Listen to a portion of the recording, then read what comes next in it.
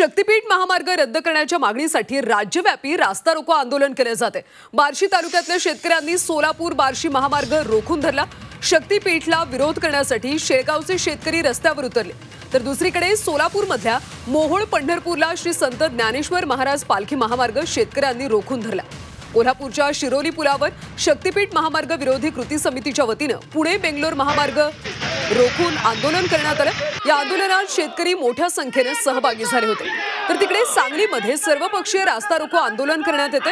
अंकली या ठिकाणी कोल्हापूर मार्गावर हा रास्ता रोको सुरू आहे। महिलांचं मोठ्या संख्येने शेतकरी आणि सर्वपक्षीय नेते कार्यकर्ते रास्ता रोको आंदोलनामध्ये सहभागी झाले।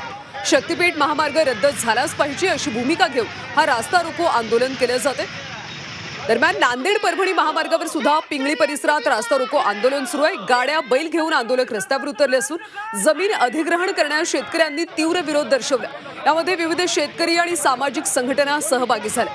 तर बीडच्या बर्दापूर फाट्यावर संतप्त शेतकऱ्यांनी रास्ता रोको आंदोलन करत औरंगाबाद लातूर महामार्ग बंद केला। शक्तीपीठ महामार्ग रद्द करण्याची जोरदार मागणी करत शेतकऱ्यांनी रस्त्यावर उतरत आंदोलन छेडलं।